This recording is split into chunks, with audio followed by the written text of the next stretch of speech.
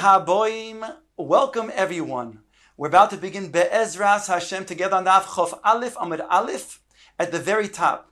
In the previous Amud, we brought a Mishnah in Trumois. The Mishnah says as follows, in regards to a gas, a wine press, the way it used to be situated was at the top. They would press the wines. It would then have a tzinor, a pipe, leading down to the bore below. In this scenario, the top has where the wine press is, a chavis filled with wine that is truma tahara. And down below in the bore is chulin tamein. Now chulin tamein, the way it stands, is drinkable. It can be drunk by a person who is tamei, or a person who's not careful to drink or to eat al tahara.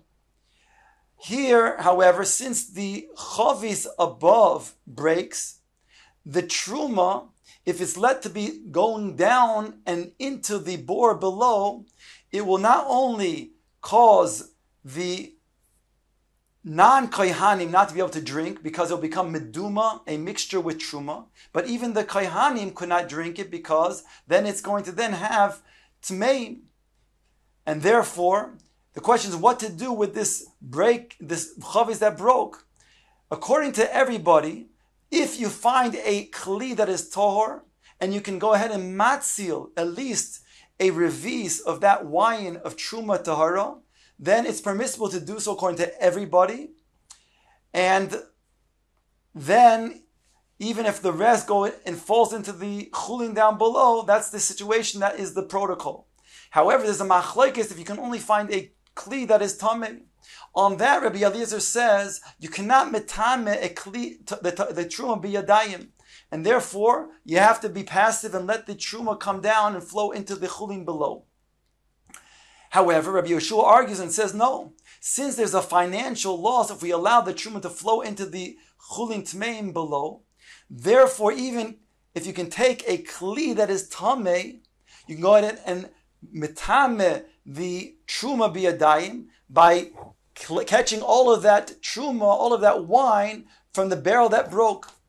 Says the Gemara, Omar Rabbi Yosi Rabbi Chanina, Machlekes shenafla lepochos mimeya so chulin tmein. This machlekes that we just stated now is only talking about when the chulin tmein down below is less.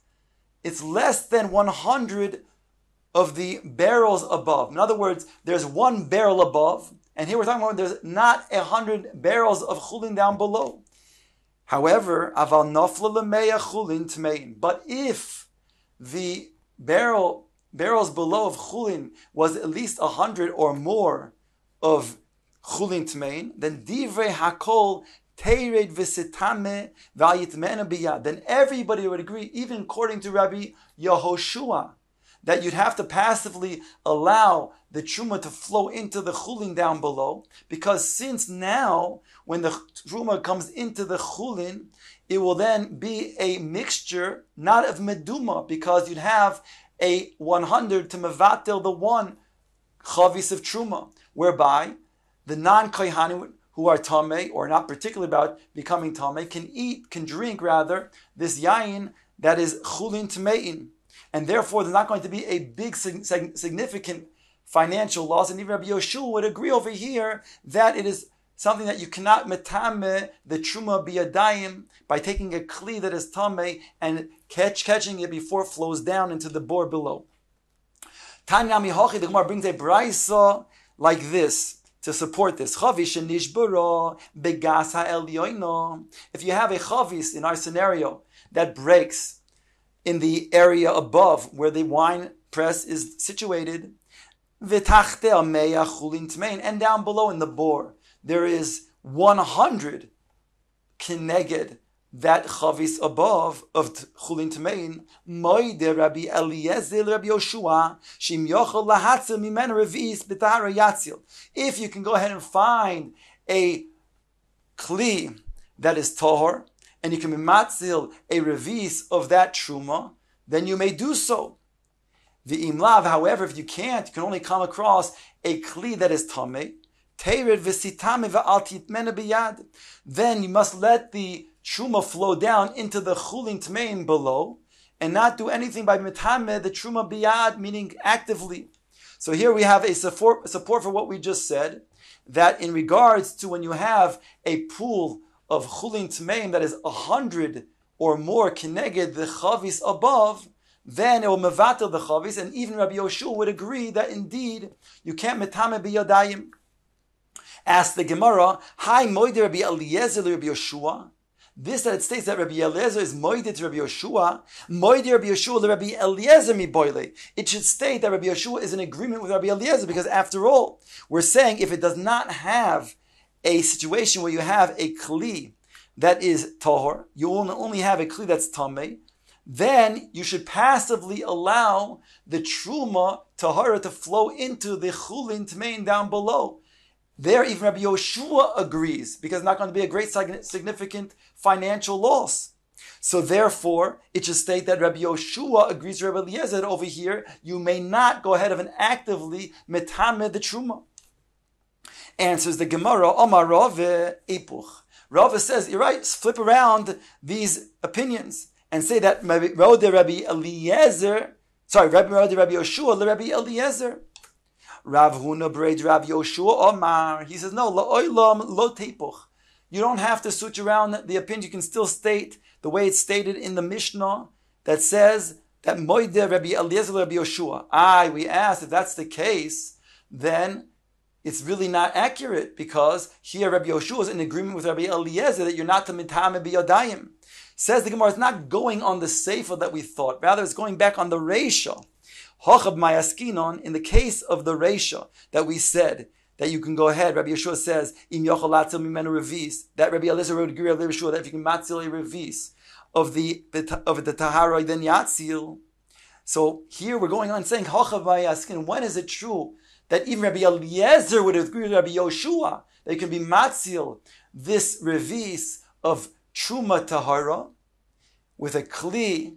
When is that so? B'klishet not only in a case where the kli is entirely tahor. That's poshut that Rabbi Eliezer would agree with Rabbi Yoshua. Here there's a tosefes chidish that if the kli is tahor inside, in the inner part, and only on the outside, and the gav, is it tameh, even in that scenario, Rabbi Eliezer would agree with Rabbi Yoshua that you can be matzil the revis of wine of truma tahara. Ma'u the same, you might think to say, Nigzor dilma nalga gabay b'truma. Let us make a gezerah. Perhaps we're afraid that from the outside that is tameh, he'll then touch that and then touch the inner part where the yayin is and metame the yayin. Kamash malon, we're not concerned about that. And even in this scenario where the kli is Torah on the inside and tameh on the outside, Rabbi Eliezer agrees with Rabbi Yeshua. You can use such a kli to go ahead and be matzil the revis of yayin of truma tahara. Hadron alach or la'arba asar. The second parak opens up kosho shemuter le'echol ma'achil lebehema lachaya ula'oifos. Our Mishnah opens up by saying that all of the time that it's mutter to eat, then one can also then feed animals, behemos, chayos, and oifos. L'chara, the Gemara is going to ask, why do we need all three situations of behema, chayav, oif? If you teach one of them, l'chara, we're teaching already that you can go ahead and ma'achil, feed your animal.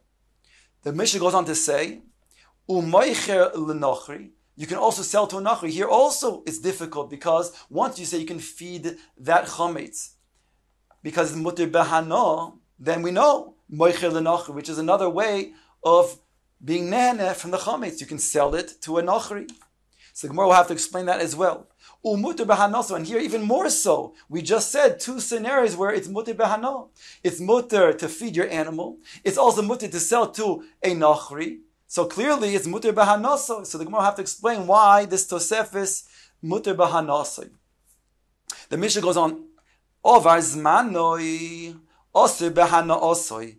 If the time had passed, meaning the 5th hour, where it's mutter to eat, then it says over here, osir behanoso, it's osir behano.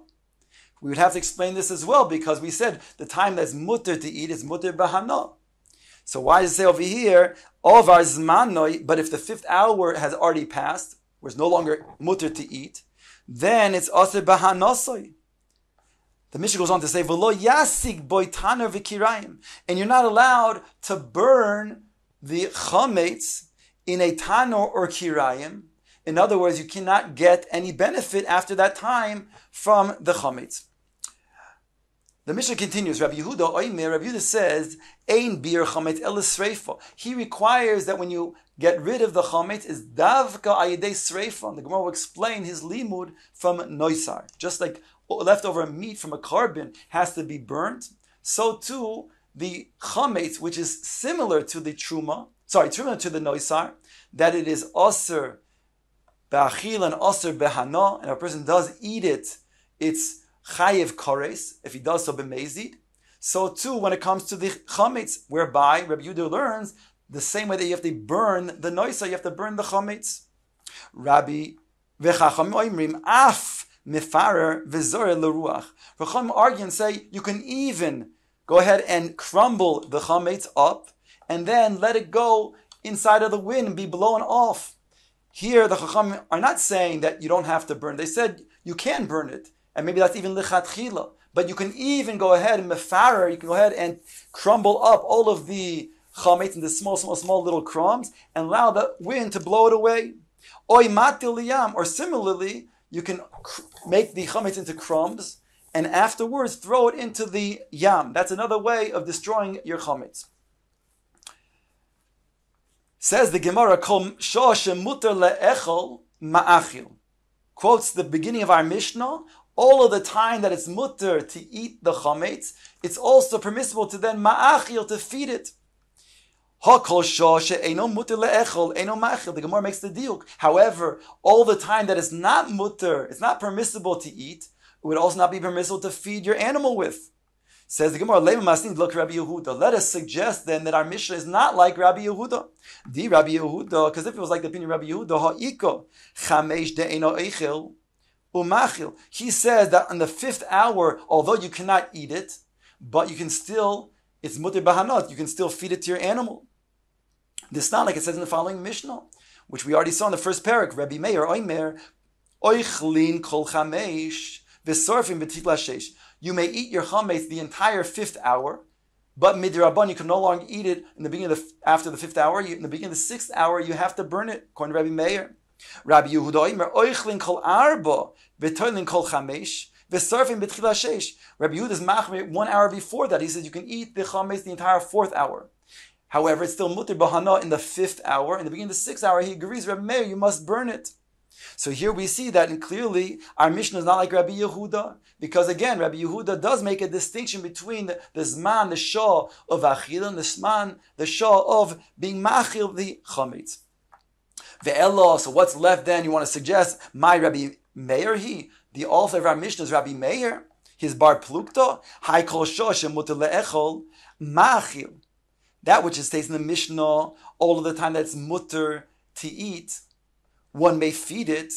The fact that the Mishnah adds the word mutter, there the lashon implies that there's 2 people involved. There's one who can be eating the chametz, and somebody else that can go ahead, and somebody else can benefit from it. In other words, there's 2 people involved.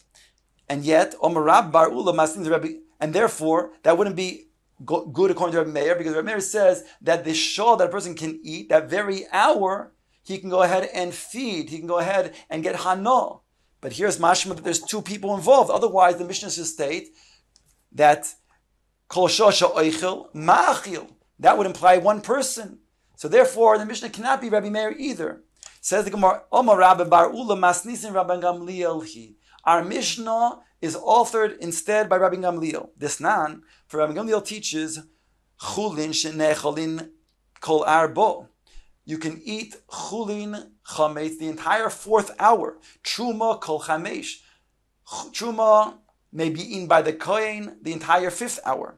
V'sorfim b'tchila sheish, and all of the chametz, bein chulin, bein truma, must be destroyed in the beginning of the 6th hour. The hochikama, and this is how you have to then read our Mishnah. Kol shoshem muter le'echol kohen b'truma. All of the time that the kohen can eat his truma, which is going to be, indeed, we just said, the 5th hour, Yisrael ma'achil chulin lebehema l'chayil ofers. Another person, a Yisrael, can go ahead and feed chametz, that is chulin, to his animals. So now we have an explanation of our Mishnah why it says that it's muter le'echol ma'achil. It's muter for the kohen to eat, and then at the same time it's muter for the Yisrael to be ma'achil. Ask the Gemara, lama li misne behema, lama li misne chaya. Why mention behema and chaya in the Mishnah? Why not mention just one of them? Ask the Gemara, tzricha, we need both of them. Why? Di tana behema, because if the Tana only taught behema, that you can go ahead and feed your behema, your domesticated animal. Di mishayri chazi law. What's unique about a behema is that if there's any chametz left over, then it's something that's apparent that you can see. He doesn't hide it. But when it comes to the chaya who hides his chametz, then not. And therefore, I would say that you cannot go ahead and feed your chaya, because since he hides the chametz, you will not be aware that there's chametz in your possession. Vitana chaya, so therefore just teach chaya and don't teach behema. Mishum di'i meshayer bihas matzno. Aval behema zimnin de meshayer v'lo masik adei de v'koy alea b'bayero b'bayimotze emoloi. And if I only taught chaya, I would say the chaya mishum, because the animal, if anything's left over, he hides the food that's left over, and therefore, granted, the bailing may be over by yemotzi, but he will not be over by yeroyim. But if I only taught that, I would not know behema, because behema, the behema who does leave food over, I wouldn't necessarily know or find it, and therefore he would be over by yeroyim and by yemotzi, and therefore I have to teach both of them tzricha. Ask the Gemara, good, we taught chaya, and we also need to teach behema. The oifos lamali, why teach oifos? Answers the Gemara, I did the Tana behema v'chaya taninami oifos enochanami. It's agav the reisha. Once it teaches chaya and behema together, so therefore also teaches oifos together. We teach in different places behema chaya and oifos. So two over here, behema chaya, and we also add oifos. But there's no chiddush in itself of oifos. The Gemara now quotes the Mishnah. It says umoichroi lenachri. Ask the Gemara, we're ma'arer in the Mishnah Pshita. Hare, we already know that if you can go ahead and ma'achil your behemah with this chametz, certainly you can go ahead and sell it to a goy. What's the difference? Says Gemara Pshita. Answer Gemara, la'apuke ma'aitan. This comes to exclude the following Tana.